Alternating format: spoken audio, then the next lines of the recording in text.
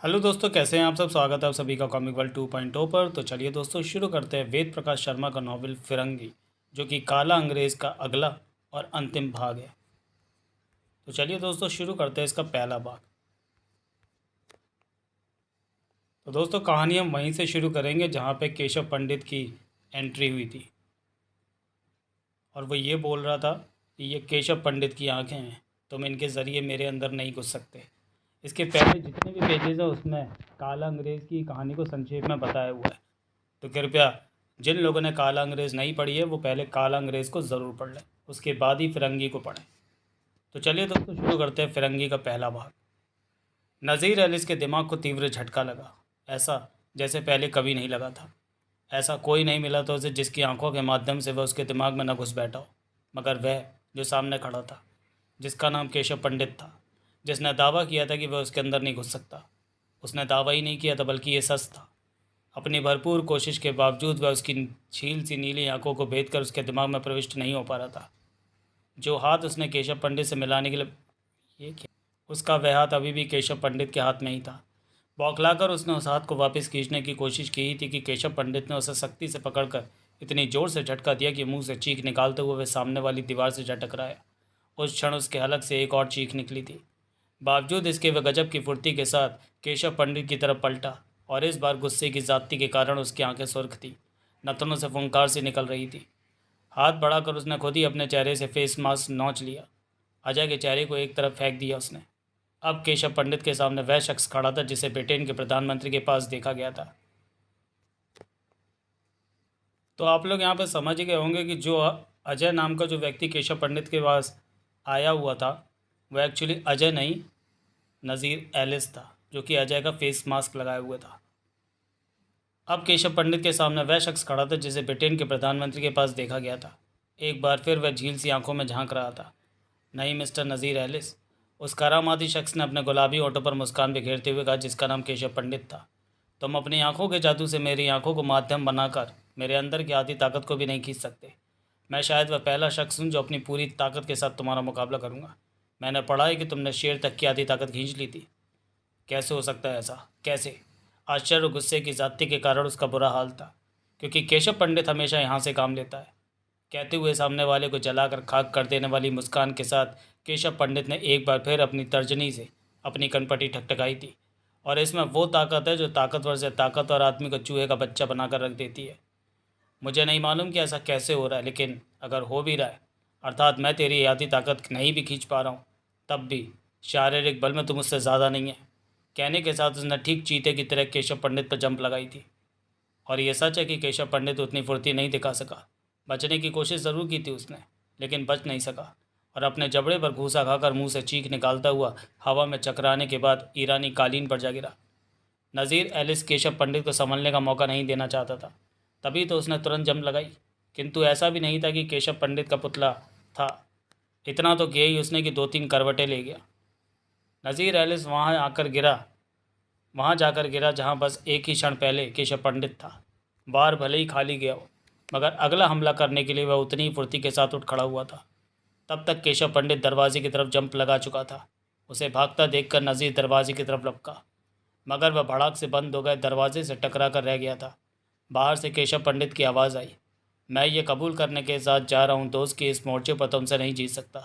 इस मोर्चे पर तुम्हारी नाक रगड़वाने के लिए मेरे पास एक शख्स है जो जल्दी तुम्हारे सामने होगा। उसके बाद भन्ना हुए नज़ीर एलिस ने बंद दरवाजे को इस तरह झकझोरना शुरू किया जैसे उसे तोड़ डालना चाहता हो। झकझोरने से तो नहीं, लेकिन लगातार 10 मिनट के प्रयास के बाद वह दरवाजे को तोड़ने में ज़रूर कामयाब हो गया। दरवाज़ा तोड़ने के बाद जब वह एक खुले बरामदे में आया तो हालत उस सांड जैसी थी जो अपने शिकार को सींगों पर रखकर उछाल देने के लिए पागल सा हुआ जा रहा था, किंतु शिकार किसी भी तरफ नज़र नहीं आ रहा था। बरामदे के बाद सीढ़ियाँ थीं, सीढ़ियों के बाद लॉन के बीचों बीच ड्राइववे, और ड्राइववे पर खड़ी थी उसकी अपनी कार, वह जिसमें वह यहाँ आया था। जिस वक्त वह यहाँ आया तो उस वक्त उसने अपनी कार केशव पंडित की जिस कार के पीछे रोकी थी, इस वक्त वह गायब थी। जाहिर है केशव पंडित वहाँ से जा चुका था। कुछ देर यूं ही हकबकाया सा अपने स्थान पर खड़ा रहा, जैसे समझ ना पा रहा हो कि क्या करे। फिर तेज़ कदमों से आगे बढ़ा, ड्राइविंग डोर खोलकर कार में सवार हुआ, और अगले पर कार यू टर्न लेने के बाद मुख्य द्वार की तरफ दौड़ती चली गई। अगला दृश्य। कौन है ये रहस्यमय आदमी? रिसीवर क्रेडल पर रखते ही ठाकुर साहब ने कुर्राकर विजय से पूछा था। क्या बात कर रहे हो बापूजान? विजय ने अपनी बगल वाली कुर्सी पर बैठे विकास की तरफ इशारा करते हुए कहा। यह अपना दिल जला है। ये रहस्यमय आदमी कब से हो गया? हम इसकी नहीं, उसकी बात कर रहे हैं जो अभी अभी फ़ोन पर था। ठाकुर साहब ने दांत भींच कर कहा। फ़ोन पर भला कौन हो सकता है बापूजान? फ़ोन के ऊपर पर बैठी कौन सकता है? विजय ने बहुत ही मासूमियत भरे अंदाज में कहा था। हाँ, इतनी बात ज़रूर है कि कुछ देर पहले रिसीवर आपके हाथ में था और वो आप थे जो उस पर बात कर रहे थे। हम इस तरफ की नहीं उस तरफ की बात कर रहे हैं। ठाकुर साहब को अपने गुस्से पर काबू रखना मुश्किल हो गया। फ़ोन के दूसरी तरफ कौन था जिसने अभी अभी हमसे बात की है? तुला राशि। इस बार विजय ने ठाकुर साहब की जगह उनकी बगल में खड़े रघुनाथ से कहा। बापूजान की उम्र तो खैर ऐसी हो गई है जिसमें लोग अक्सर सटिया जाया करते हैं, लेकिन आज से पहले हमने महसूस नहीं किया था कि इन पर भी इस बीमारी का नजला गिर चुका है। क्या तुमने पहले कभी ऐसा महसूस किया था? रघुनाथ बौखला कर रह गया। और ठाकुर साहब, वे तुम्हारे गुस्से के जैसे पागल ही हो गए। दहाड़ उठे हुए। रघुनाथ, इसे यहाँ से उठाकर हवालात। हमने कुछ गलत कह दिया क्या दिल जले? ठाकुर साहब की बात काटकर इस बार विजय विकास से संबोधित हुआ। फ़ोन के दूसरी तरफ वाले से बात बापूजान कर रहे थे और पूछ हमसे रहे हैं कि वो कौन था। ये सठियाने वाली बात नहीं है क्या? वह तुम्हारी सिफारिश कर रहा था, तुम्हें छोड़ देने के लिए कह रहा था। वे चिल्लाए। वे हमेशा ऐसे ही करता है। जब भी तुम पकड़े गए हमेशा वही फ़ोन करता है, तुम्हें छुड़ा लेता है। ऐसा? विजय ने आश्चर्य प्रकट किया। इसलिए तुमसे पूछ रहे हैं कि वह कौन है, क्यों बार बार तुम्हारी सिफारिश करता है और आप बार बार उसकी सिफारिश पर मुझे छोड़ देते। आज से पहले तक तो ऐसा ही करते रहे, लेकिन आज नहीं करेंगे, भले ही हमारी नौकरी चली जाए। ये तो कमाल हो गया दिल जले। धोती को फाड़कर रुमाल हो गया। एक बार फिर विजय ने विकास से कहा। हमारे जिस बापूजान के बारे में फेमस है कि ये कभी किसी की सिफारिश नहीं मानते, जिनकी ईमानदारी के कसीदे यहाँ से बैरूत तक पढ़े जाते हैं, वे खुद कबूल कर रहे हैं कि किसी की सिफारिश पर हमें छोड़ते रहें। इस आदमी का संबंध गृह मंत्रालय से है। वहीं से हमें कहते कहते रुक गए ठाकुर साहब। उन्हें लगा गुस्से में वे वह बोलते जा रहे हैं जो नहीं बोलना चाहिए। ये बात खबरचियों के हाथ लग जाए तो तहलका मच जाएगा दिल चले। विजय कहता चला गया। कई महीनों का राशन पानी मिल जाएगा उन्हें। धज्जियाँ उड़ा देंगे अपने बापूजान के उस रिकॉर्ड की जिसके मुताबिक ये एक बेहद ईमानदार पुलिस ऑफिसर है। बुरी तरह बनाए हुए ठाकुर साहब विजय को बस घूरते रह गए। जाने क्या क्या कहने की इच्छा के बावजूद कुछ कह नहीं सके। लगा विजय ठीक ही कह रहा है। ये बात अगर मीडिया वालों के हाथ लग गई तो वे उनके अब तक के कैरियर की बकिया उधेड़ कर रख देंगे। और विजय ने यह बात कही भी इसलिए थी कि उन्हें यह एहसास हो जाए। वह खुद भी तो नहीं जानता था कि उस रहस्यमय फ़ोन के बारे में मीडिया को भनक लगे। खुद को थोड़ा नियंत्रित सा करते हुए ठाकुर साहब ने कहा। बंद ऑफिस में होने वाली बातें मीडिया को पता नहीं लग सकती, मगर तुम्हें तुम्हें बताना होगा ये आदमी कौन है। ऐसा नहीं हो सकता कि जो शख्स हर बार तुम्हारी सिफारिश करता है उसे तुम जानते ना हो। कसम खुदा की बापूजान, मैं उसे नहीं जानता, मगर मगर जानना चाहता हूँ। विजय कहता चला गया। अपने इतने बड़े शुभचिंतक के बारे में भला कौन नहीं जानना चाहेगा? ठाकुर साहब उसे बस घूरते रहे। आपसे वादा करता हूँ कि जैसे ही मुझे पता लग जाएगा कि वह कौन है तुरंत आपको बता दूंगा। ये एक ठाकुर का वचन है बापूजान। और आपसे बेहतर भला कौन जान सकता है कि ठाकुरों की कुंडली में लिखा रहता है, प्राण जाए पर वचन न जाए। तुम हमें बेवकूफ़ बनाने की कोशिश कर रहे हो। ठाकुर साहब उसे घूरते हुए बोले। ऐसा भला कैसे हो सकता है कि जो शख्स हर बार तुम्हारी सिफारिश करता है उसे तुम जानते ना हो? अगर आप ये समझते हैं कि आपका ये नालायक बेटा खुदा की कसम झूठी खा सकता है, तो मैं आपकी कसम खाकर कहता हूँ कि मैं उसे नहीं जानता। अब आपकी कसम तो। ठाकुर साहब ने उसकी बात काट कर कहा। जिसके बारे में अभी तक नहीं जान सके उसके बारे में आप कैसे जान लोगे?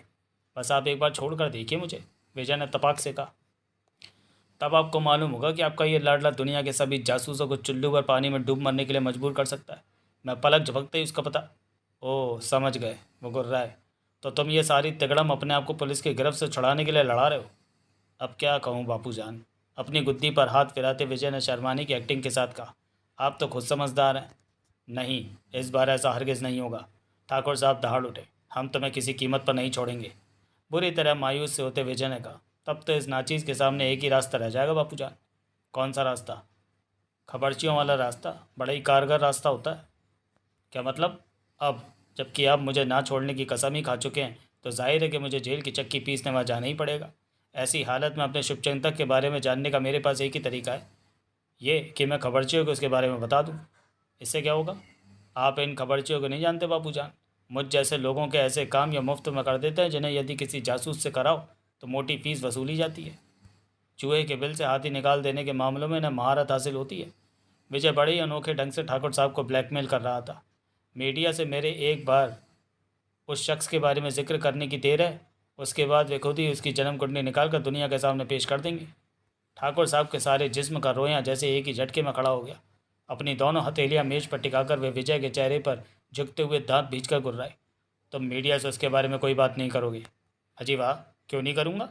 विजय झगड़ालू नौकरानी की तरह हाथ फेंकता हुआ बोला। यह मेरे पूरे जीवन का सवाल है। आखिर मुझे मालूम तो होना चाहिए कि मेरा रहनुमा है कौन। रघुनाथ, इन दोनों को यहाँ से उठाकर हवालात में डाल दो और मीडिया से बिल्कुल नहीं मिलने देना इन्हें। विजय तो जैसा चाहता ही ये था, ये कि फ़ोन करने वाले के बारे में उससे कोई पूछताछ न की जाए। रघुनाथ ठाकुर साहब के हुक्मों का पालन करने के लिए विजय की तरफ बढ़ा ही था कि ऑफिस के बाहर से आते शोर में इजाफा हो गया। फिर अनेक स्वर सुनाई दिए। केशव पंडित आ गया। कानून का बेटा यहाँ क्यों आया? अगला दृश्य। नुसरत ने अपना मुंह ऊपर उठाया ताकि उसमें भरा पान का पीक टपक न सके और बोला, तुगलक भैया। बोल नुसरत बहन। तुगलक पीक गटक गया। नुसरत ने इस बार पीक नज़दीक रखे पीकदान में थूका और बोला, बहुत देखे मगर जनरल साहब जैसा धीवट नहीं देखा। धीवट? अबे जनरल साहब को धीवट बोल रहा है और इनके सामने बोल रहा है? इनके? तुगलक ने उसी कमरे में बैठे कंजी आंखों वाले उस तीसरे शख्स की तरफ इशारा करने के साथ कहा, जो उनकी बातों से बेपरवाह से सिगरेट में कश लगाने में व्यस्त था, यूं जैसे उनके बीच होने वाली बातें सुनी ना रहा हो। तुगलक चालू रहा, ये पठान साहब के निजी सचिव हैं, अंग्रेजी में प्राइवेट सेक्रेटरी कहलाते हैं। बात अगर कंपनी गार्डन के रपटने पर रपटते बच्चे की तरह इनकी जीप से रपटती हुई जनरल साहब के कानों तक पहुंच गई तो पता है क्या हाल करेंगे तेरा? गधे का बच्चा है ये। इस बार नुसरत सीधा कंजी आंखों वाले के लिए ही बोला, इससे डरने की ज़रूरत नहीं है। अबे अबे ये क्या कह रहा तू? तुगलक जैसे बुरी तरह बौखला गया। पलट कर कंजी आंखें वाले से बोला, इसकी बातों पर ध्यान मत देना इरशाद मियाँ। जुबान का भले ही करेले जैसा अपना यार, लेकिन दिल का रसमलाई है। आपके और शहजाद पठान साहब के बारे में इसने जो भी कहा दिल से नहीं कहा। उन्हें इसके प्रवचन के बारे में मत बताना वरना। अबे क्यों गिड़गड़ाए चला जा रहा है इसके सामने? ये बहरा है। नुसरत ने उसकी बात काट कर इरशाद की तरफ देखे बगैर कहा, और बहरे आदमी को कुछ सुनाई नहीं देता। हद मत कर यार, इतनी भी हद मत कर कि इरशाद मियाँ के दरबार में लगाई गई मेरी अर्जी भी तुझे बचा ना सके। तुगलक के मानो होश उड़े जा रहे थे। इन्हें गुस्सा आ गया तो अजी कद्दू। गुस्सा ऐसे आ ही नहीं सकता और ना ही जनरल को कुछ बता सकता है, क्योंकि ये बहरा ही नहीं गूंगा भी है। लिख कर बता देंगे कनकवे, ये एक जमात भी पास नहीं है। अमा यार तू। उसने बौखला कर एक बार फिर इरशाद की तरफ देखा, उस इरशाद की तरफ जो बोला अभी भी कुछ नहीं था। सिगरेट में कश लगाता हुआ वह बस हौले हौले मुस्कुरा रहा था। उसे मुस्कुराता देखकर जैसे तुगलक की जान में जान आई। बोला, हाय मैं मर जावा। इरशाद मियाँ तो मुस्कुरा रहे हैं। बड़ी प्यारी मुस्कान है, जैसे साक्षात सामने खड़ी क्लियोपेट्रा मुस्कुरा रही हो। इसका मतलब ये हुआ कि इन्होंने तेरी बात का ज़रा भी बुरा नहीं माना। खुदा का शुक्र है, वरना आज तू 12 के भाव में गया था। अबे ये इसलिए नहीं मुस्कुरा रहा कि मेरी बात का बुरा नहीं माना, बल्कि इसलिए मुस्कुरा रहा है क्योंकि इसे लग रहा है कि मैं इसकी तारीफ में कसीदे पढ़ रहा हूँ। बहरा जो ठहरा। तूने फिर बहरा कहा इन्हें? अगर ये बहरा ना होता तो क्या मेरे इतना कहने पर भी क्यों मुस्कुरा रहा होता, जैसे घर में भैया पैदा हुआ हो? मेरी ज़ुबान काट कर अपनी जेब में नहीं रख लेता। अम्मा यार, कुछ लोग इतने शरीफ होते हैं कि, और तू है कि इनकी शराफत का फ़ायदा ही उठाए चला जा रहा है। इतना कहने के बाद वह इरशाद की तरफ मुखातिब हुआ, अब बर्दाश्त नहीं हो रहा इरशाद मियाँ, इसकी ज़ुबान खींचकर जेब में ही रख लो। इरशाद जानता था कि वे क्या चाहते हैं। वे नमूने जो देखने से जासूस कम शायर ज़्यादा लगते थे। पहनावा ही ऐसा था उनका, बिल्कुल एक जैसा। झक्क सफ़ेद चूड़ीदार पजामे, उतने ही सफ़ेद घुटनों तक लंबे लटके कुर्ते, सिरों पर कलफ के कारण खड़ी गोल टोपियाँ, आंखों से बाहर निकलता काजल, मुंह में पान, तराशी हुई भवें और पैरों में चर्र चर्र करती चमकदार जूतियाँ। नुसरत तुगलक का यह सदाबहार पहनावा किसी को भी भ्रम में डाल सकता था, जबकि हकीकत यह थी कि पाकिस्तान में इस जोड़ी से बड़ा कोई जासूस कोई नहीं था। ऐसी अफलातूनी चीज़ थे वे कि मौका लगने पर विजय विकास जैसे धुरंधरों पर भारी पड़ जाएं। अपनी मूर्खतापूर्ण हरकतों और बातों से सामने वाले के दिमाग को फाड़ देने की आड़ में तो मानो उन्हें महारत हासिल थी। इरशाद उनकी सभी खूबियों से अच्छी तरह वाकिफ़ था। वह यह भी जानता था कि इस वक्त वे उसके या शहजाद पठान के बारे में जो भी उल्टा सीधा कह रहे हैं उसका मुंह खुलवाने के लिए कह रहे हैं। ये भी सोचे हुए थे कि उसे ऐसा नहीं करना है, बावजूद इसके वे कही बैठा, मैं आप दोनों की नस नस से वाकिफ़ हूँ। ले बेटा ले। तुगलक ने तुरंत नुसरत से कहा, अब देख हुजूर आला कितने टैलेंटेड आदमी हैं। भले ही देर से बोले लेकिन दुरुस्त बोले। ऐसा बोले कि अपने एक ही सेंटेंस में एक साथ 3 बातें साबित कर दी। पहली, ये बहरे नहीं हैं। दूसरी, गूंगे भी नहीं हैं। और तीसरी, ये हमारी नस नस में मॉर्निंग वॉक कर चुके हैं। इतने टैलेंटेड है तो इन्हीं से पूछ ले। उस आदमी को डीवट नहीं तो क्या कहा जाएगा जो महान पाकिस्तान का जनरल है। जनरल ही नहीं है बल्कि आवाम द्वारा चुने गए प्रधानमंत्री की खटिया खड़ी करने के बाद राष्ट्रपति भी बन बैठा है, लेकिन काम फिर भी टुच्चेगिरी की करता फिर रहा है। टुच्चागिरी का क्या काम कर दिया जनरल साहब ने? ये काम टुच्चागिरी का नहीं तो और क्या है कि छटंकी और उसके गुरु को फंसाने के लिए पट्टा खुद ही हिंदुस्तान की सरजमी पर आ दबका, और अब कानून के पुत्र की खबर लेने गया। इस काम में टुच्चागिरी क्या हो गई? अमा मियाँ, ये तो सरासर हमारे पेट पर लात मारने वाली बात हो गई ना। ये काम भी कोई किसी मुल्क के जनरल और राष्ट्रपति के हुए? ये काम तो हमारे हैं, हमें सौंपे जाने चाहिए थे। क्या मतलब है तेरा? तुगलक ने नुसरत की तरफ अपनी गोल गोल आंखें निकाल कर देखा। हम टुच्चे काम करते हैं? ये काम हमारे लिए टुच्चे नहीं है खरबूजे, उसके लिए टुच्चे हैं। भला ऐसा कैसे हो सकता है कि जो काम हमारे लिए टुच्चा नहीं है उसके लिए टुच्चा हो गया? ऐसा इसलिए हो सकता है सड़ी हुई जामुन की गुठली कि हमारा तो काम ही जासूसी के अखाड़ों में कुश्तियाँ लड़ना है, छटंकी और उसके गुरु जैसों को पटकनियाँ देना है। मगर आर्मी के एक जनरल का, महान मुल्क के महान राष्ट्रपति का ये काम नहीं है। उनका क्या काम है? दूसरे मुल्कों में धड़ल्ले से जाना, पहले से बताकर डंके की चोट पर जाना, बैंड बाजे के साथ रेड कारपेट पर चलते हुए जाना, और केवल तब जाना जब वो मुल्क बुलाए। यूँ नहीं कि उठाई गिरों की तरह मुंह उठाया, सीमा लांगी और चले आए इस तरफ। ये बात तो हाजमे की गोली की तरह हजम हो गई मियाँ। वह तुरंत इरशाद की तरफ पलटता हुआ बोला, क्यों हुजूर आला, क्या आपको ये बात 16 आने दुरुस्त नहीं लगी? इरशाद ने उसकी बात का जवाब देने के लिए मुंह खोला ही था कि नुसरत बोला, इसलिए कहा कि ये काम हमें शोभा नहीं देते, चिमटे की औलाद, उस धीवट की औलाद को नहीं। अबे तूने फिर जनरल साहब को धीवट कहा? गौर से सुनाकर, मैंने धीवट नहीं, धीवट की औलाद का है। यानी अब तू उनके बाप तक पहुंचने की कोशिश कर रहा है? कोशिश नहीं कर रहा हूँ, पहुंच चुका हूँ। वह अपने शब्दों पर जोर देता बोला, और अगर तू अब भी नहीं माना तो मैं उसके बाप के भी बाप तक पहुंच जाऊंगा, रोक नहीं सकेगा तू मुझे। जानता हूँ, मेरे रोके ना तू पहले कभी रुका है ना अब रुकेगा, एक नंबर का बदतमीज़ जो ठहरा। लेकिन तू इन्हें नहीं जानता। एक बार फिर उसने इरशाद की तरफ इशारा किया। इन्होंने अच्छे अच्छे बदतमीज़ों को कमीज़ पहना रखी है। बस देर है तो सिर्फ इतनी कि एक बार ये मूड में आ जाए। अगर ये मूड में आ गए तो तेरे कान उखाड़ कर नाक की जगह लगा देंगे और नाक उखाड़ कर कान की जगह। आईने में देखकर तू खुद को पहचान नहीं सकेगा। तब तो यार बड़े काम के आदमी है। वो कैसे? वो खलीफा है ना, हिंदुस्तानी सीक्रेट सर्विस का दुमछल्ला, जिसे लोग विजय दी ग्रेट कहते हैं। उसे गच्चा देने के लिए मैं कई बार तरह तरह के मेकअप करके उसके सामने गया। एक बार तो ताली पीटता हुआ हिजड़ा बनकर भी पहुंच गया था। मगर पता नहीं कम वक्त आंखों में कौन सी किस्म की एक्सरे मशीन फिक्स करके पैदा हुआ है कि देखते ही पहचान लेता है, और उसे गच्चा देने के मेरे अरमानों का कच्चा चट्टा पहले ही खुल जाता है। इस बार ये काम, अब उस काम की ज़रूरत ही क्या रह गई है बेल पत्थर के पत्ते? जनरल साहब ने ज़र्रा नवाज की ज़र्रा नवाजी से लगा तो दिया उन्हें कानून के फ्रीज में। पड़ेगी मियाँ, ऐसी ज़रूरत ज़रूर पड़ेगी। वे हमेशा फ्रिज में लगे रहने वाली वस्तु नहीं है। इधर लाइट गुल हुई, उधर वे आइसक्रीम की तरह पिघल कर फ्रिज से बाहर आ जाएंगे। उन्हें पापड़ बनाकर दीवार से चिपकाने की ज़रूरत ज़रूर पड़ेगी। इसलिए अपने इरशाद मियाँ से बोल के ये मूड में आ जाएं, मेरे नाक कानों की अदला बदली कर दें ताकि मैं उसे गच्चा देने में कामयाब हो जाऊँ। यही तो बात है बिस्तरबंद की औलाद, सरकार आज़म का मूड में आता है इतना आसान नहीं है। मैंने तो कई बार कोशिश की है, तू भी करके देख ले, शायद कामयाबी मिल जाए। क्यों बंदा नवाज? इस बार नुसरत इरशाद के नज़दीक ही जो पहुंच गया। ये चीकू का छिलका ठीक कह रहा है क्या? क्या मूड में लाने के लिए आपके दो चार दांत बाहर निकालने पड़ते हैं? इरशाद के होंठों पर थिरक रही मुस्कान में ज़रा भी फ़र्क नहीं आया था। वह उसी तरह बोला, जिस कोशिश में तुम लगे हुए उसमें कामयाब नहीं हो सकोगे। ऐसा मत कहो हुजूर आला। एक ही जम में कूदकर तुगलक भी उनके नज़दीक आ गया था। बड़ा ही थर्ड ग्रेड का डेंटिस्ट है ये।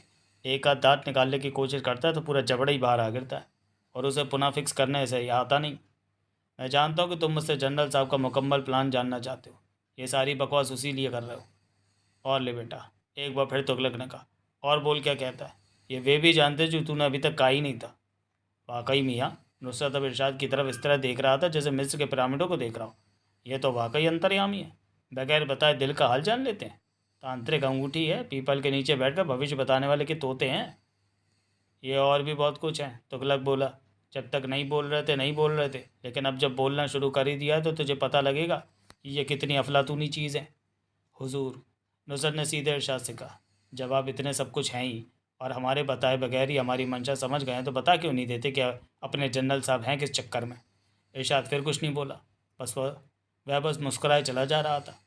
कुछ देर तक तो तुगलक ने उसके बोलने का इंतज़ार किया, लेकिन जब समझ चुका कि वह कुछ नहीं बोलेगा तो नुसरत की तरफ देखता हुआ बोला, तो फिर गलत ट्रैक पर चला गया। कौन सा गलत ट्रैक? जो बात इन्हें मालूम ही नहीं है उसे भला बता कैसे सकते हैं? अजी वाह, नुसरत हाथ फेंकता हुआ बोला, ऐसा भला कैसे हो सकता है?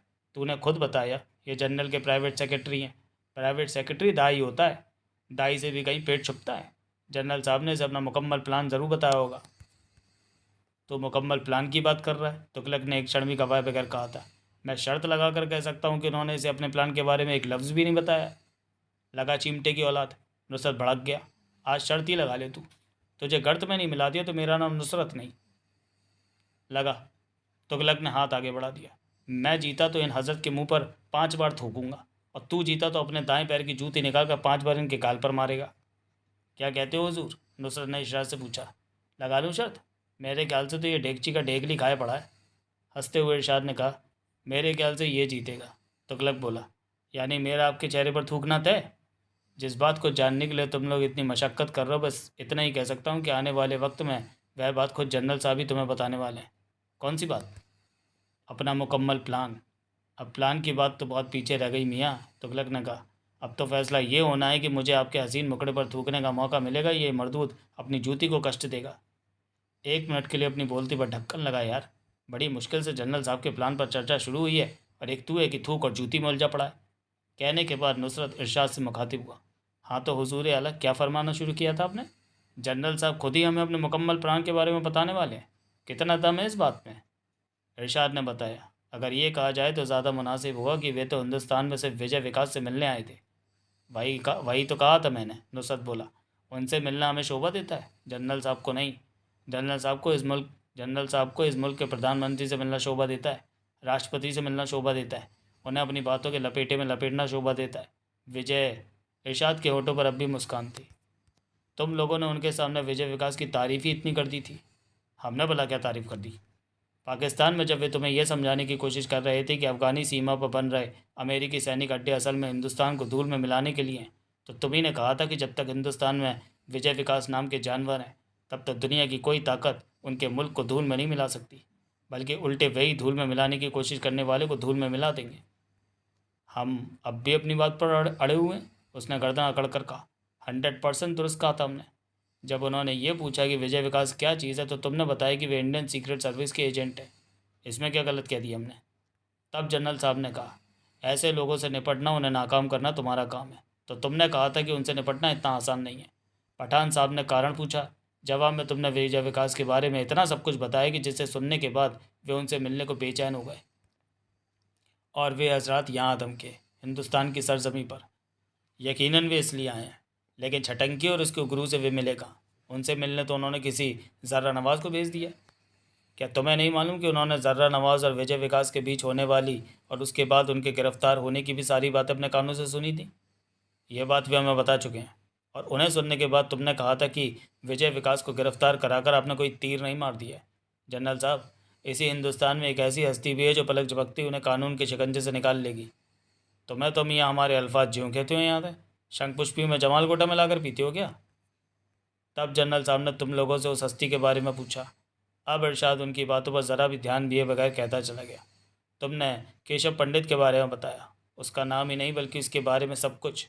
तुमने कहा कि अगर केशव पंडित सक्रिय हो गया तो दुनिया की कोई भी ताकत विजय विकास को कानून के शिकंजे में फंसाई नहीं रख सकेगी। वह और तब तुगलक ने इरशाद की बात पूरी की।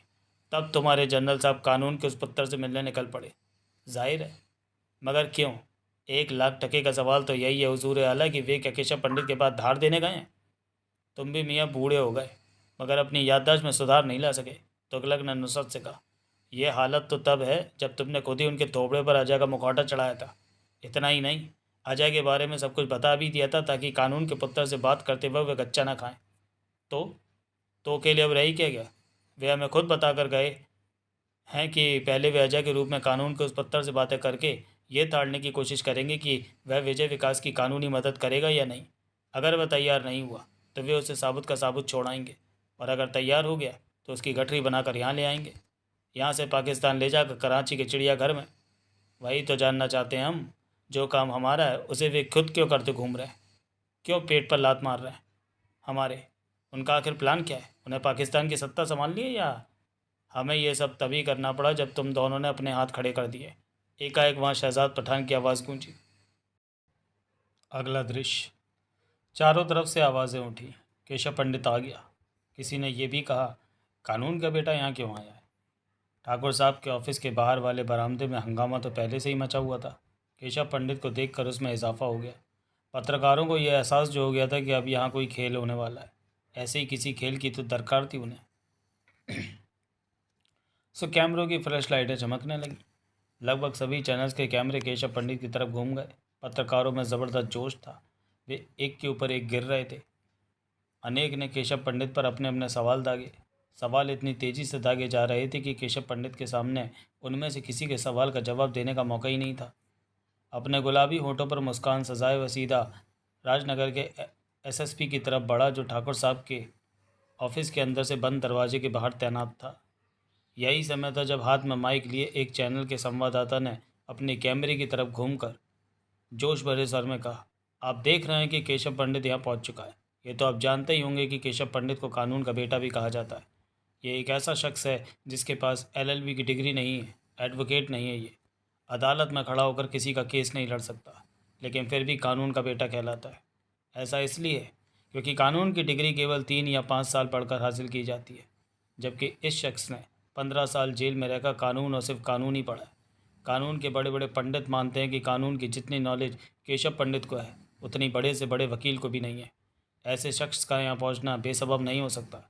निश्चय ही कोई बड़ा धमाका होने वाला है और हम अपने दर्शकों को उस धमाके को दिखाने के लिए यहाँ मौजूद हैं। कहने के बाद वह एक तरफ हट गया था।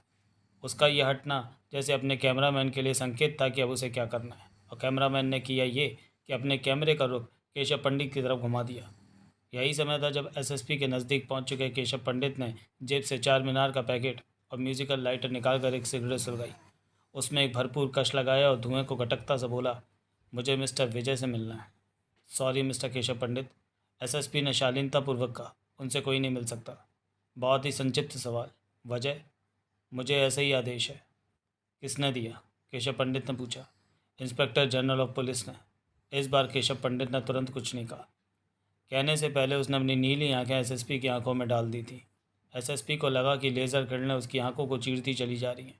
अभी वह कुछ कह भी नहीं पाया था कि केशव पंडित ने अपना एक एक लफ्ज़ चबाया। क्या आप जानते हैं कि ऐसा गैरकानूनी आदेश देने के कारण वे तो नपेंगे ही, उस पर अमल करने के जुर्म में आपको भी कई साल की सज़ा हो सकती है। एक ही क्षण में एसएसपी का सारा जिस्म पसीने से भरभरा उठा। केशव पंडित नाम की हस्ती से वह अच्छी तरह वाकिफ था। वह जानता था कि यह शख्स जाने कब किसको कानून की कौन सी दफ़ा में लपेटकर जेल की 4 दीवारी में ले जाकर पटक दे। मुंह से केवल इतना ही निकला, क्या मतलब? मतलब इंस्पेक्टर जनरल अच्छी तरह समझ जाएंगे। कानून के बेटे का सपाट सर। आप उनके पास बस इतनी खबर भेजिए कि केशव पंडित विजय विकास से मिलने आए। लेकिन अगर आप ऐसा नहीं करेंगे तो अपनी ड्यूटी से कोताही करेंगे, और ड्यूटी से कोताही करने की सज़ा तो आप जानते ही होंगे। मैं उनके पास सूचना भेजता हूँ। एसएसपी ने अपने स्वर को संयंत्र रखने की भरपूर चेष्टा के साथ कहा। उसके बाद आपको विजय विकास से मिलने देने या न मिलने देने का फैसला वही करेंगे। यकीनन आप ऐसा करके अपनी ड्यूटी पूरी कर देंगे। केशव पंडित ने छुपे शब्दों में उसे खुद को बचाने का रास्ता बताया। आप कृपया यहीं ठहरिए, एसएसपी ने कहा। मेरे साथ अंदर आने की कोशिश मत कीजिएगा। ऐसा करना कानून तोड़ना होगा।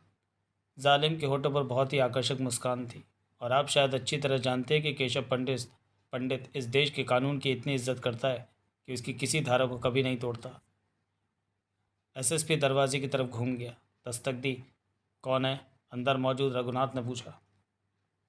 एसएसपी की आवाज़, सर केशव पंडित आया। वो मारा सारे पापड़ वाले को। किसी के भी कुछ कहने से पहले विजय उछली जो पड़ा। अब अपने पंडे मियाँ नीली आंखों पर टेलीस्कोप वाला चश्मा लगाकर एक एक को देख लेंगे। रघुनाथ ऐसी नज़रों से ठाकुर साहब की तरफ देख रहा था जैसे पूछ रहा हो कि क्या कहें। ठाकुर साहब ने उससे कुछ कहने के स्थान पर ऊंची आवाज़ में पूछा, किस लिए? कहता है कि उसे मिस्टर विजय से मिलना है। भन्नाए हुए ठाकुर साहब ने कुर्राकर कहा, उससे कहो कि उससे कोई नहीं मिल सकता। Yes sir. मुस्तैद आवाज़ में ऐसा कहने के बाद एसएसपी उतनी ही तेज़ी से केशव पंडित की तरफ घूमा जितनी तेज़ी से दरवाजे की तरफ मुड़ा था। बोला, आपने सुन लिया होगा। शायद ठाकुर साहब इस वक्त मिस्टर विजय की किसी हरकत के कारण भन्नाए हुए हैं। ऐसी अवस्था में आदमी अपना अच्छा बुरा नहीं सोच पाता। मैं उन्हें वस्तु स्थिति समझाने की कोशिश करता हूँ। कहने के बाद केशव पंडित दरवाजे के एकदम नज़दीक पहुंचकर थोड़ी ऊंची आवाज़ में बोला, मैंने सुना है ठाकुर साहब कि आप एक ईमानदार और कानून का पालन करने वाले अफसर हैं। ये बात हमें तुमसे नहीं जाननी, केशव पंडित, ऑफिस के अंदर से उसी तरह भन्नाए हुए अंदाज में कहा गया। आप अच्छी तरह जानते होंगे कि पुलिस कस्टडी में मौजूद किसी शख्स को अपने वकील से मिलने से नहीं रोका जा सकता। वकील? शब्द जैसे चबाए गए। हम अच्छी तरह जानते कि तुम किस किस्म के वकील हो। वकील उसे ही नहीं कहते ठाकुर साहब जिसके पास एलएलबी की डिग्री होती है। वकील हर उस शख्स को कहते हैं जो कहीं भी किसी भी रूप में किसी की पैरवी करता है। तो तुम यहाँ विजय विकास की पैरवी करने आओ? यकीनन। किस हैसियत से? मुझे खुद मिस्टर विजय ने बुलाया।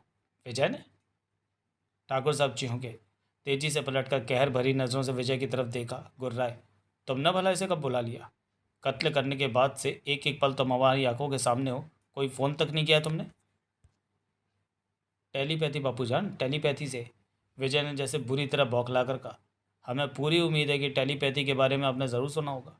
ये एक ऐसी पैथी है जिसमें ना टेलीफोन की ज़रूरत पड़ती है ना वायरलेस की। इन वाहियात चीज़ों का इस्तेमाल तो आज की पीढ़ी करती है। पुराने ज़माने के पहुँचे हुए संत तो। खामोश। ठाकुर साहब इस तरह दहाड़े कि उनके जिस्म का सारा खून चेहरे पर इकट्ठा हो गया।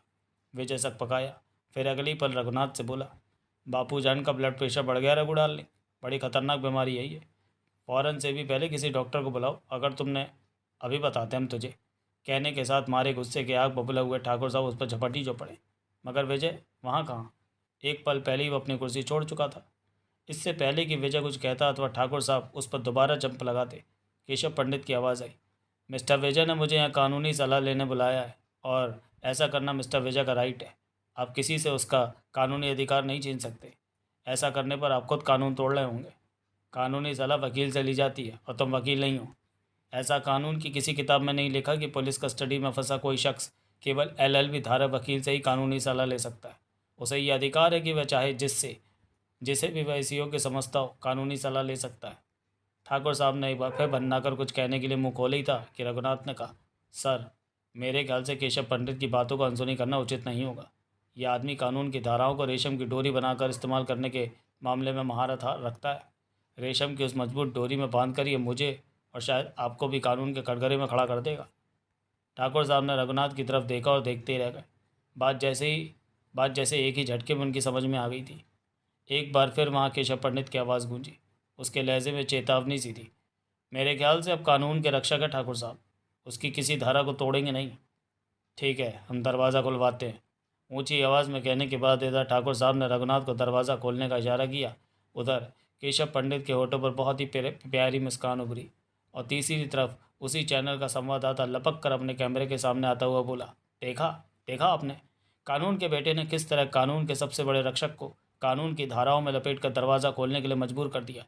केशव पंडित को कानून का बेटा यूँ ही नहीं कहा जाता। अब ये देखना और भी दिलचस्प होगा कि ये करामाती शख्स यहाँ और क्या क्या गुल खिलाता है। लेकिन ये सब एक छोटे से ब्रेक के बाद। जाइएगा नहीं, हमारे चैनल का ये लाइव टेलीकास्ट लगातार जारी है। अगला दृश्य। अचानक वहाँ शहजाद पठान की मौजूदगी का एहसास करके एक बार को तो नुसरत तुगलक बौखला ही गए, मगर वे नुसरत तुगलक ही क्या जो पलक झपकते ही खुद को नियंत्रित न कर लें। दोनों एक साथ ठीक यूँ फिरकनी की मानंद दरवाजे की तरफ घूमे जैसे एक ही स्विच से ऑन होने वाले बल्ब हों। इरशाद ने भी पलट कर दरवाजे की तरफ देखा, उस दरवाजे की तरफ जिसे पार करके अभी अभी नज़ीर एलिस ने अंदर कदम रखा था। उसे देखते ही नुसरत ने कहा, आप तो अपने असली थोबड़े, मेरा मतलब चेहरे के साथ मटर गश्ती करते फिर रहे हैं जनाब। उस थोबड़े का क्या हुआ जिसे मैंने अपने कर कमलों से खास तौर पर कानून के पुत्र से मिलने के लिए आपके चेहरे पर चिपकाया था? मेरी गारंटी है। तुगलक नज़ीर एलिस को बोलने का मौका दिए बगैर चालू हो गया। कानून का पुत्र इनके झांझे में जरा भी नहीं फंसा होगा। उस थोबड़े को इनके चेहरे से नोच लिया होगा उसने। ऐसा नहीं हो सकता यार, अपने पठान साहब भी आखिर ऐसा ही हुआ था। नज़ीर ने उसकी बात काटी। शुरू में भले ही वह धोखा खा गया हो, लेकिन अंत तक ऐसा नहीं हो सका था। हैरत की बात यह है कि हमें ये तक पता नहीं लगा कि वह कौन से क्षण ये ताड़ गया कि हम अजय नहीं बल्कि शहजाद पठान है। ताड़ने के बाद भी शायद वह एक्टिंग करता रहा, यूँ दर्शाता रहा जैसे धोखा खा रहा हो। हमें अजय ही समझ रहा हो, लेकिन अंत में पता लगा कि वह धोखा खा नहीं रहा था बल्कि धोखा दे रहा था। वह हमारी गहराई नापने के लिए एक्टिंग करता रहा। और सांस क्यों फूल गई जन्नत साहब? तुगलक बोला, बात पूरी कीजिए ना, क्या हुआ उसके बाद? मानना पड़ेगा, मानना पड़ेगा केशव पंडित नाम के उस शख्स को। कहते कहते नज़ीर एलिस की आंखें अंतरिक्ष में स्थिर हो गई। उन आंखों के सामने वे लम्हे तैर रहे थे जब वह केशव पंडित की आंखों के माध्यम से उसके अंदर घुसने की कोशिश कर रहा था, परंतु सफल नहीं हो पा रहा था। वह कहता चला गया, ऐसा चमत्कारी शख्स हमारे जीवन में पहले कभी नहीं आया। जाने क्या था उसकी आंखों में कि हमें अपनी जिन शक्तियों पर नाज था, उन्हें उसने एक ही लम्हे में बौनी साबित कर दिया। कुछ बताइए तो सही, नुसरत ने पूछा, आखिर हुआ क्या? आपको अपनी कौन सी शक्तियों पर नाज था और उसने कैसे उन्हें बौनी साबित कर दिया? कुछ नहीं, कुछ भी तो नहीं। नज़ीर एलिस को जैसे अचानक ख्याल आया कि उसे अपनी खूबियों का जिक्र इन लोगों के सामने नहीं करना है। वह फ़ौरन उन लम्हों से बाहर आ गया जिनमें ज़बरदस्त शिकस्त खाई थी। खुद को नियंत्रित करता बोला, बस इतना समझ लो कि हमने जो ये सोचा था कि उसे शीशे में उतार कर अपने हक में इस्तेमाल कर लेंगे, वैसा ना हो सका। हो भी नहीं सकता था जनाब, तुगलक बोला। ये बात तो मैंने उसी वक्त कह दी थी कि जब आप यहाँ से जा रहे थे, मगर आपने एक नहीं सुनी। वह वस्तु ही ऐसी नहीं है जिसे कोई इस्तेमाल कर सके। इस्तेमाल तो उसे विजय जैसा पहुंचा हुआ संत भी नहीं कर सका। तुम्हारे विजय में और हम में बहुत फ़र्क है, लेकिन नहीं। एक बार फिर उसकी आंखें अंतरिक्ष में अटक गई थी। कम से कम केशव पंडित के लिए विजय में और हम में कोई फ़र्क नहीं है। नुसरत बोला, बात कुछ समझ में नहीं आ रही हुजूर, कि आप कहना क्या चाहते हैं और क्या रहे हैं। मेरा ख्याल भी कुछ ऐसा ही है जनाब। तुगलक ने भी नुसरत से तान मिलाई। आप कहना कुछ और चाहते हैं, कह कुछ और रहे हैं। असल मामले को हमसे छुपाने की कोशिश कर रहे हैं आप। ऐसा कुछ भी नहीं है। चोरी पकड़े जाने की आशंका से नज़ीर थोड़ा बौखलाया। बस यूँ समझ लो कि आज से पहले हमने सामने वाले से जो चाह करा लिया। लोगों को अपने इशारों पर नचाने की आदत सी पड़ गई थी हमें। मगर आज केशव पंडित के सामने ऐसा नहीं हो सका, इसलिए थोड़ा हैरान है, परेशान भी। नुसरत बोला, यकीनन वो तो होंगे ही। ऐसा ही नहीं कहा था मैंने कि अजय उसके बाप का थोबड़ा लगाकर भी कानून के उस पत्थर को धोखा नहीं दिया जा सकता। लेकिन यह चरखी का माना ही नहीं। कहने के साथ तुगलक ने नुसरत को इस तरह घूरा था जैसे दुनिया में उसका उससे बड़ा कोई दुश्मन न हो। कहने लगा कि अजय का थोबड़ा लगाकर उसे लपेटे में लिया जा सकता है। लेकिन सर, मौका मिलते ही इरशाद बोला, कुछ बताइए तो सही, आखिर हुआ क्या। जैसा कि हम तुम लोगों को पहले ही बता गए थे। नज़ीर एलिस ने बात बनानी शुरू की। अजय के रूप में हमने ये जानने की कोशिश की कि वह विजय विकास की कानूनी मदद करेगा या नहीं।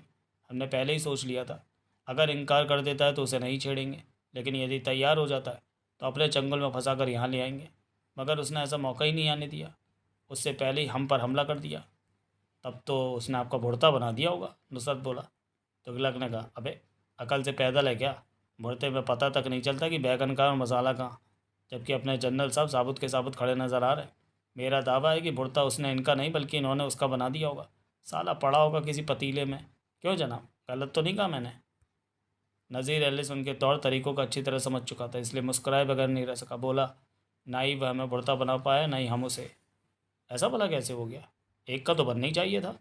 अब हम खाएंगे क्या जनाब, इस तरह तो हम भूखे ही मर। इतना मौका ही नहीं दिया उसने। हमारे बीच फाइटिंग अभी ठीक से शुरू भी नहीं हो पाई थी कि वह मैदान छोड़कर भाग गया। यानी कि दुम दबाकर पतली गली से निकल गया। मौका लगते ही उसने उस कमरे का दरवाज़ा बाहर से बंद कर दिया जिसमें हम थे, और जब तक हमने दरवाज़ा तोड़ा तब तक वह फ़रार हो चुका था। ऐसा भी इसलिए हो सका क्योंकि हमें उसके इस तरह भाग जाने की उम्मीद नहीं थी। होती तो शायद भागने भी नहीं देते। हमने तो सोचा था कि वो मुकाबला करेगा, लेकिन मुकाबला करता तो कचूमर नहीं निकाल देते आप उसका। नुसरत फिर चालू हो गया। मैं गारंटी से कह सकता हूँ कि उसे अपने कचूमर बनने का ख्वाब आ गया होगा, तभी तो भाग निकला। डरपोक साला, तुगलक बड़बड़ाया।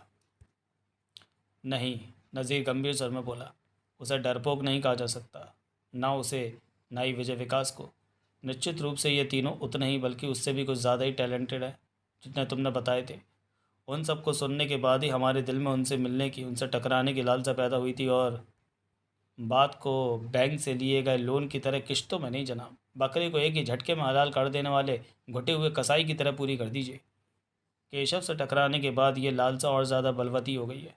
एक बार फिर उसकी आंखें शून्य में स्थिर हो गई थी।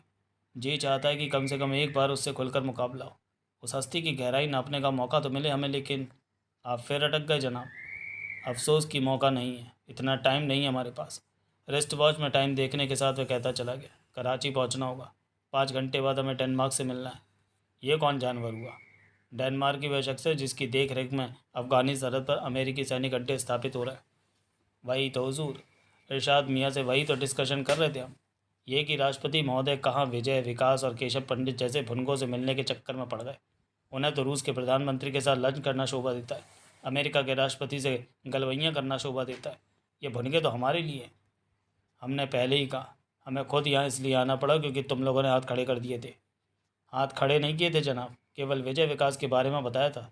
तुगलक बोला, यह समझाने की कोशिश की थी कि उनके रहते हिंदुस्तान को धूल में मिलाना इतना आसान नहीं है। उनके बारे में सुनने के बाद आपने हमारी सुनने की कोशिश ही नहीं की। टोल कमंडल उठाए, हमें साथ लेकर यहाँ चले आए। क्या कहना चाहते हो तुम। नज़ीर ने दोनों को घूरा। क्या तुम लोग इन्हें काबू में कर सकते हो। बुरा ना माने तो एक बात कहें राष्ट्रपति महोदय। कहो। काबू में करने के बारे में तो खैर अभी कुछ कहा नहीं जा सकता, क्योंकि ये मौके की बात है कि कब किसका दांव भारी पड़ जाए। किंतु इतना तय है कि मुकम्मल पाकिस्तान में केवल हम ही ऐसे हैं जो उनका मुकाबला कर सकते हैं। बाकी सब तो साले हुजूर को छोड़कर नुसरत ने तुगलक की बात काटी। तुगलक ने इस बार कहा तो कुछ नहीं, लेकिन नुसरत को इस तरह घूरा जैसे उसने कोई बहुत ही नाजायज़ बात कह दी हो। नज़ीर ने भी उसकी आंखों का भाव पढ़ लिया था, मगर उस पर ध्यान दिए बगैर बोला, इसमें कोई शक नहीं, इन लोगों को रोकने के लिए हमारे पास तुमसे बेहतर आदमी नहीं है। चाहते हम सिर्फ इतना है कि तुम इन्हें यहीं यानी इन्हीं के मुल्क में उलझाए रहो, पाकिस्तान में या अफगानी सरहद तक ना पहुंच पाए, ताकि उधर हमारा काम निर्विघ्न चलता रहे। क्या तुम ऐसा कर सकते हो? क्या बात कर रहे हो हुजूर, नुसरत बोला। हम पहला मौका मिलते ही उन्हें दोजख की तरफ रवाना कर देंगे? नहीं, नज़ीर एलिस के हलक से अचानक भेड़िए किसी गुर्राहट निकली थी। तुम उन्हें मारोगे नहीं? नुसरत तुगलक सब पका गए। वे हमारे शिकार हैं, हमारे। तमतमाए नज़ीर एलिस का काला चेहरा कुछ और काला पड़ गया था। आंखें अंगारों की मानंद सुलग उठी। एक एक शब्द चबाया था उसने। मारना होता तो उन्हें हमने कानून के चक्कर में नहीं फंसाया होता, ज़रा नवाज ही मार डालता, या हम खुद भी ऐसा कर सकते थे। असल में किसी को मार डालना ही सबसे आसान काम होता है, और हम आसान काम नहीं किया करते। अपने दुश्मनों को हम मारते ज़रूर हैं, जिंदा नहीं छोड़ते उन्हें, लेकिन आसान मौत देना हमारी फितरत नहीं। हमें सामने वाले को खिला खिला कर मारने में मज़ा आता है। कहते वक्त उसकी आंखों के सामने सिकंदर और उसके साथियों की मौत का नज़ारा लहरा रहा था। विजय विकास को हम वही मौत देंगे, और अपने हाथों से देंगे। यह फ़ैसला हमने उसी वक्त कर लिया था जब तुमसे उनकी तारीफ़ सुनी थी, और अब तो हमारी लिस्ट में एक और नाम जुड़ गया है, केशव पंडित का नाम।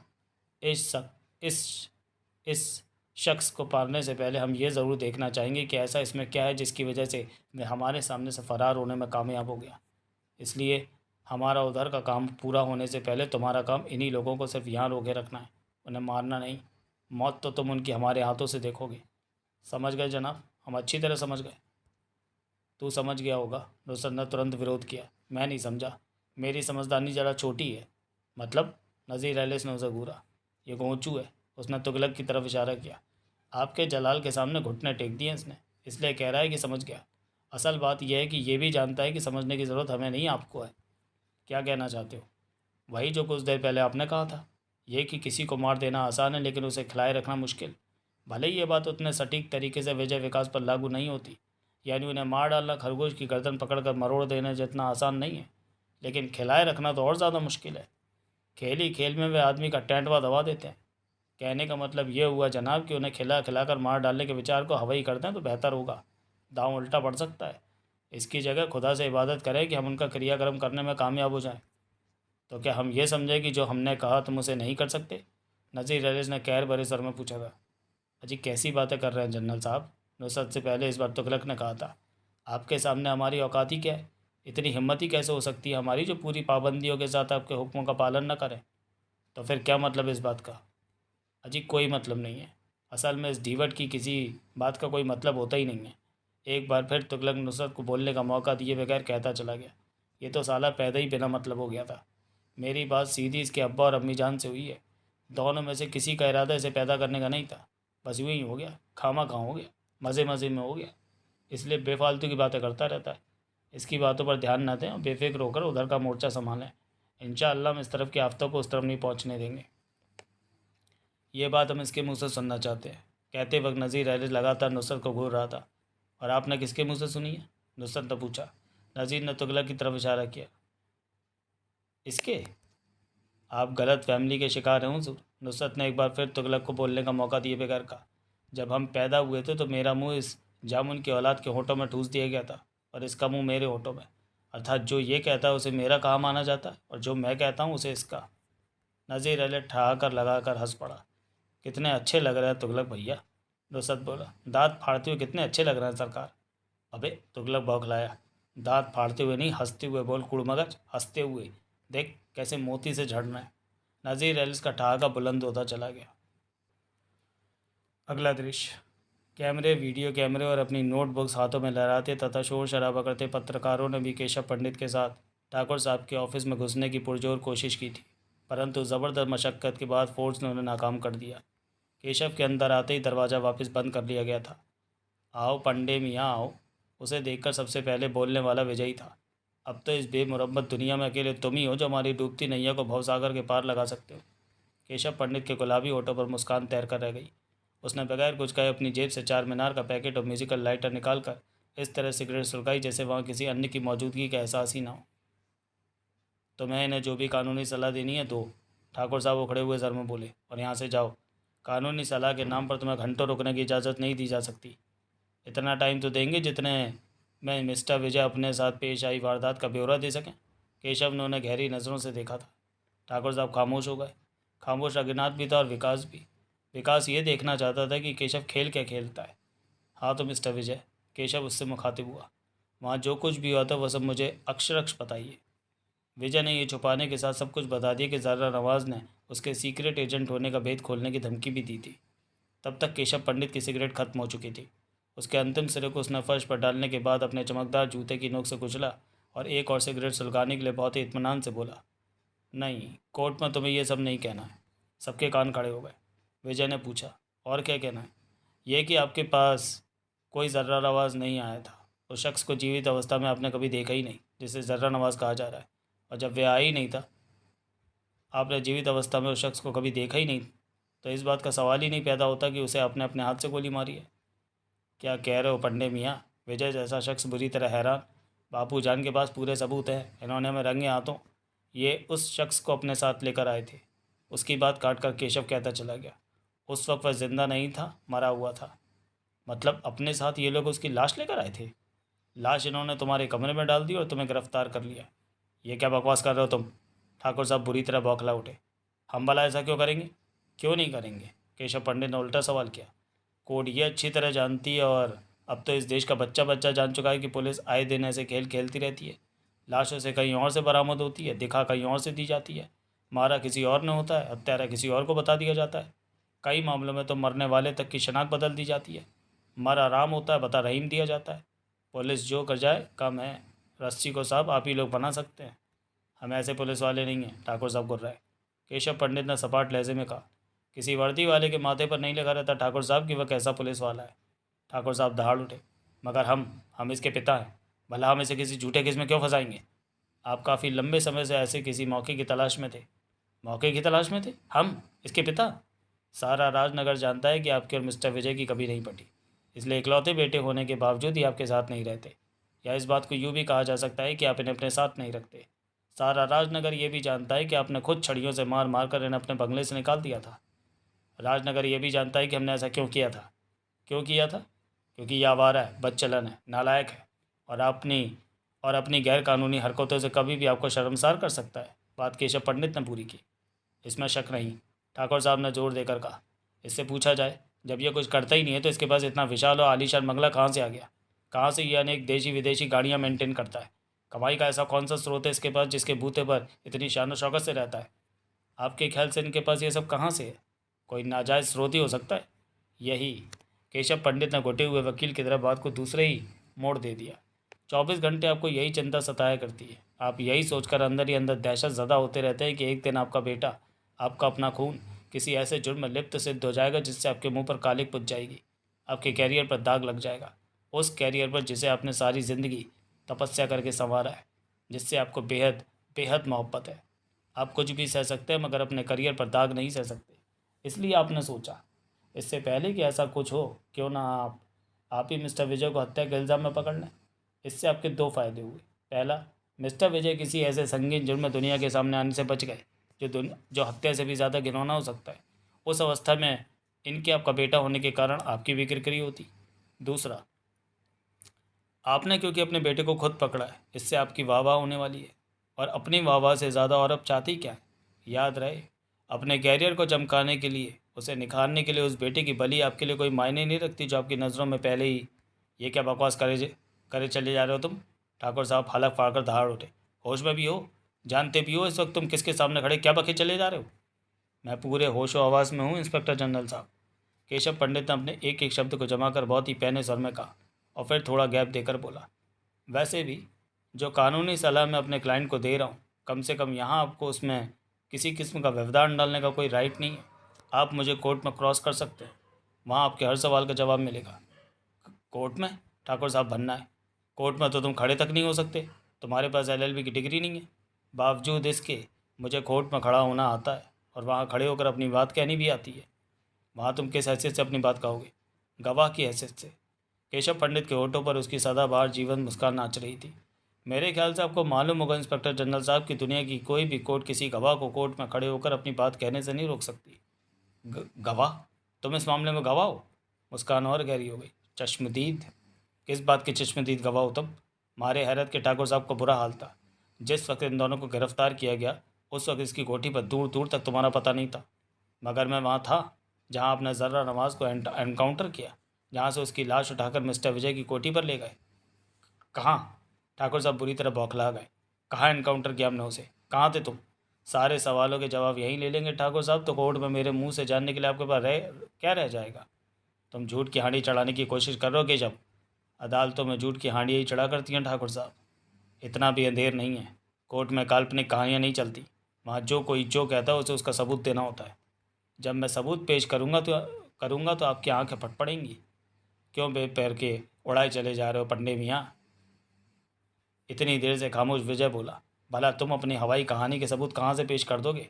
सबूत तो इनके पास है। वह रिवॉल्वर तक है जिससे हत्या हुई और उस पर हमारी उंगलियों के निशान। वो सब मैं देख लूँगा। केशव पंडित ने विजय की बात काट कर कहा, आपको कोर्ट में सिर्फ वह कहना है जो मैंने बताया, और बताया मैंने ये है कि आपने किसी की हत्या नहीं की। ये एक लाश लेकर वहाँ आए थे। मिस्टर रघुनाथ भी इनके साथ थे और